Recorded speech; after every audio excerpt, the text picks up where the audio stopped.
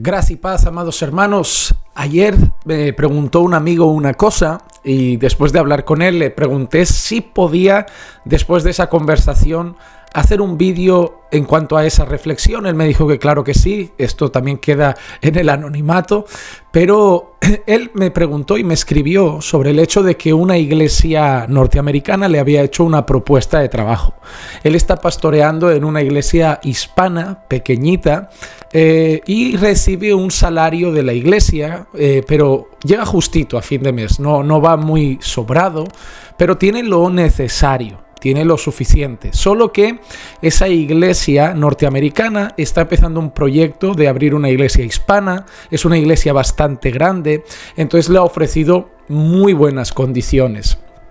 Le ofrecía vivienda, le ofrecía un coche, le ofrecía un buen salario, le ofrecía varias cosas el tiempo que iba a estar trabajando para ellos. Y él me preguntaba: Juan Manuel, ¿puedo irme a trabajar a esa congregación? ¿Tú crees que sería lícito? ¿Qué dirías? ¿Qué me recomiendas? Y claro, yo le hice la pregunta, o sea, me estás preguntando si te puedes ir a una iglesia que te paga más. Y él me dijo: bueno, sí, también tengo que pensar en mi familia, en mis condiciones. Y le digo: ¿por qué has pensado en mí para esa pregunta? Tenemos amigos en común. Y me dice: bueno, por el hecho de que recuerdo que tú hace tiempo negaste una oferta de trabajo de una iglesia también norteamericana con muy buenas condiciones, incluso mejores que estas, y quería saber qué te movió a negar ese trabajo. Entonces yo quería compartir eso. Los que no lo saben, quizás son nuevos en el canal, saben que hice un vídeo explicándolo. Una iglesia hace tiempo me había hecho una propuesta de trabajo para irme a los Estados Unidos a empezar un proyecto en una gran iglesia que está empezando un proyecto hispano. Claro, ahí las condiciones suelen ser muy buenas en cuanto a que te ofrece una vivienda, te ponen el coche de la iglesia que te lo ponen a tu disposición, un teléfono de la iglesia que ponen a tu disposición y luego un salario que estaba muy bien, quizá no exagerado para ser Estados Unidos, pero claro, si uno suma que no paga vivienda, no paga teléfono, tiene el coche de la iglesia con el combustible que la iglesia le costea y al final casi todo el sueldo va a ser para comer y pagar alguna factura y poco más, uno ve que va a poder ahorrar bastante. Y luego, claro, hace la comparación y dice, bueno, en la congregación en la que yo estoy, eso es mucho menos del 50% de lo que ofrecían los otros. Es quizá un 25% de lo que ofrecían los norteamericanos. Y aún así, pues, de una manera muy clara, pues decidimos no aceptar esa oferta. Y el motivo es el siguiente. Entonces yo les comparto lo que le decía a él y quizá les sirva a algunos. En primer lugar, nosotros no somos futbolistas, por ejemplo. Los futbolistas no sienten los colores muchas veces. Tú dirás, bueno, a veces aparece alguno, sí, pero normalmente sabemos que ellos ven el fútbol como un trabajo, no sienten esa pasión por un equipo, quizá la gran mayoría, como muchos de ustedes que son aficionados al fútbol, y cuando llega un buen salario, pues son capaces de cambiarse de equipo a otro. Hemos visto incluso cambios que fueron notorios de un Barça a un Madrid, que muchos se sentían traicionados, pero sabemos que esos hombres mueven grandes cifras de dinero y si hay un buen sueldo son capaces de dejar un país, una ciudad, hacer el cambio de vida completamente, llevarse ahí a sus hijos y empezar de cero en otro sitio porque les pagan muchísimo. Entonces nosotros no somos jugadores de fútbol. En otros sitios pues las cosas funcionan así. En una empresa, mira, te ofrezco un trabajo de gerente mucho mejor pagado que allí, mucho mejor pagado que en tu empresa. Hay ciertos oficios que yo entiendo que uno pueda cambiar de un oficio a otro si le encajan los horarios por un salario mejor. Pero cuando se trata de pastorear, nosotros no podemos movernos por el salario. El salario no debe ser la motivación principal.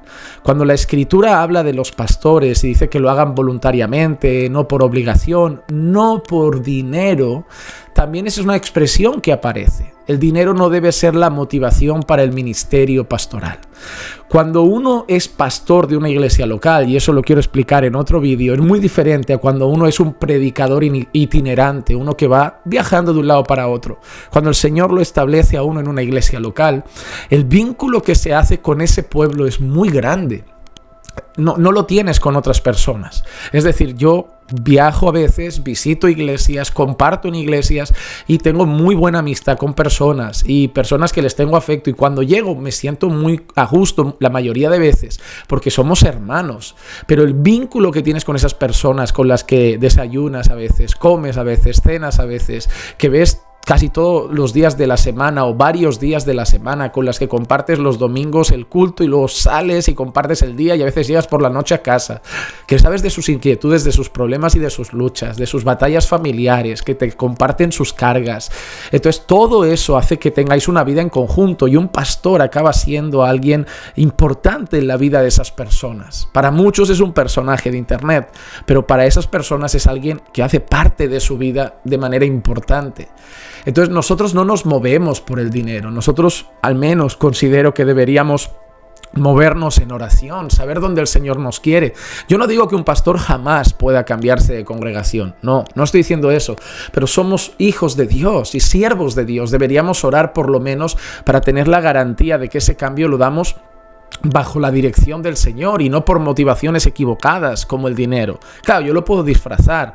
Mi tiempo ha llegado aquí, el Señor me lleva a otro sitio, pero en el fondo saber que el dinero y las condiciones, o que allí me haré más famoso o tendré más plataformas, me da acceso a más cosas. Obviamente, si yo me voy a Estados Unidos, grandes conferencias en Estados Unidos a las que yo no puedo asistir porque de un estado a otro a lo mejor me cuesta $300 un billete, pero de aquí a Estados Unidos me cuesta 1,000 y pico euros un billete, más la estancia. Entonces ahí tienes grandes conferencias, tienes unas iglesias que son muy grandes, templos que aquí no tendremos en España, al menos nosotros creo que casi nunca, a no ser que Dios haga algo que puede hacerlo, pero allí es más fácil, tienes accesibilidad a muchas cosas que aquí en España no tienes. La manera como ve la iglesia norteamericana el cuidado pastoral, o incluso las misiones, el aporte al reino y a la obra, es muy diferente aquí a Europa.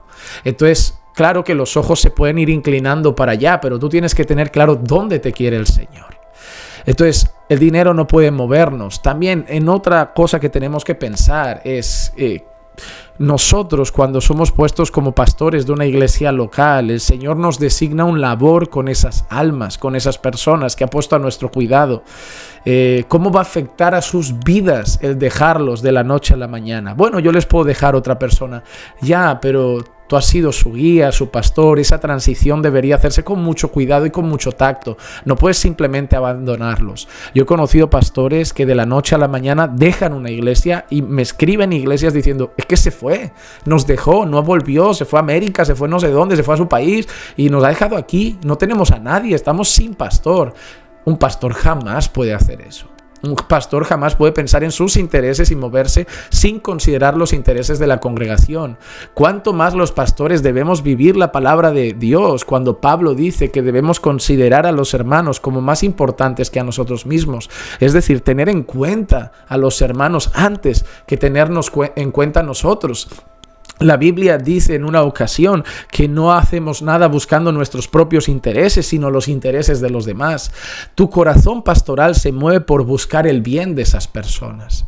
Así que también debes entender algo, y esta parte espero que nadie me la encuentre extraña, pero considero que Satanás es real y que Satanás tiene ciertas artimañas y funciones que se le dan muy bien, y una es la tentación.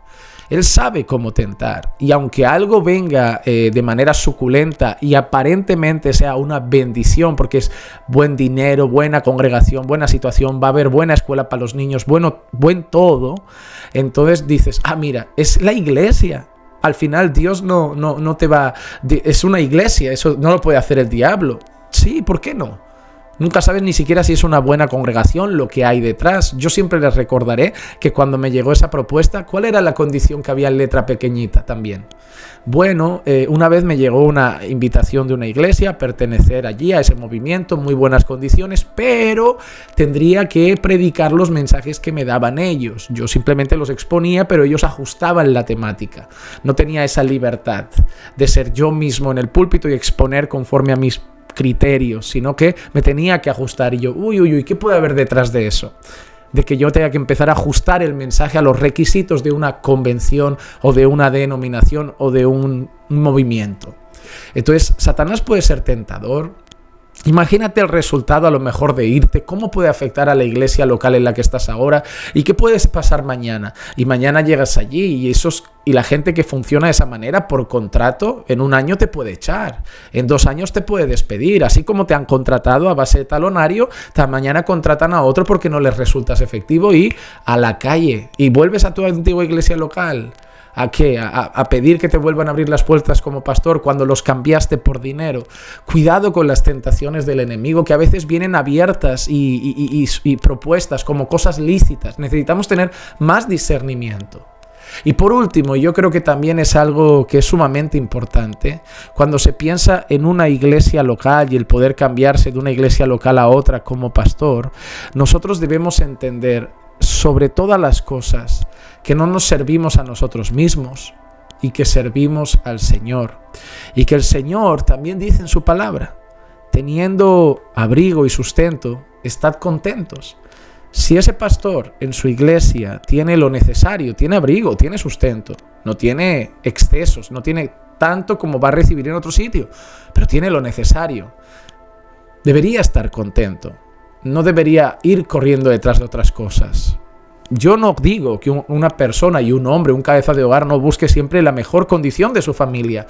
Pero cuidado, porque la mejor condición de su familia no debe ser el foco principal de sus decisiones. Porque si no, el símbolo del dólar va a estar delante, como esa imagen de un burrito detrás de una zanahoria.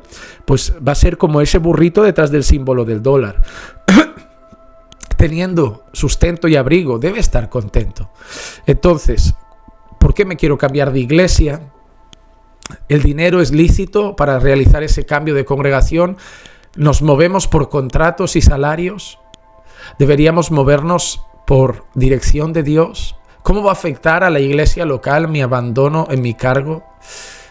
¿Cuál es la verdadera motivación de mi corazón a la hora de hacer ese cambio?